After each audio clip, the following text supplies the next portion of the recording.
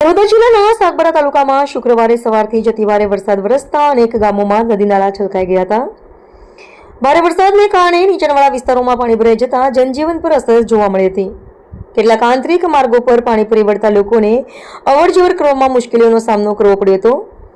હવામાન વિભાગની આગાહીને ધ્યાનમાં રાખીને નર્મદા જિલ્લાના કલેક્ટરશ્રીએ અગાઉથી જ 31 જુલાઈના રોજ અતિભારે વરસાદની સંભાવના અંગે જાહેર સૂચના આપી હતી. વિદ્યાર્થીઓને નાના બાળકોની સુરક્ષાને પ્રાથમિકતા આપતા જિલ્લામાં આવેલી તમામ સરકારી શાળાઓ તેમજ આંગણવાડી કેન્દ્રોમાં જાહેર રજા પણ જાહેર કરવામાં આવી હતી.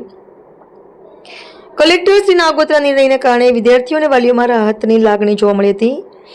જિલ્લા વહીવટીતંત્ર દ્વારા નદી નાળા નજીક ન જવા, બિનજરૂરી મુસાફરી ટાળવા તેમજ સાવચેતી રાખવા માટે પણ લોકોને અપીલ કરવામાં આવી છે.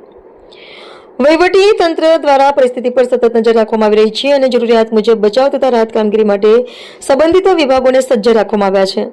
સ્થાનિક લોકોને પણ વરસાદ દરમિયાન સાવચેત રહેવા અને તંત્રની સૂચનાઓનું પાલન કરવાનો અનુરોધ કરવામાં આવ્યો છે.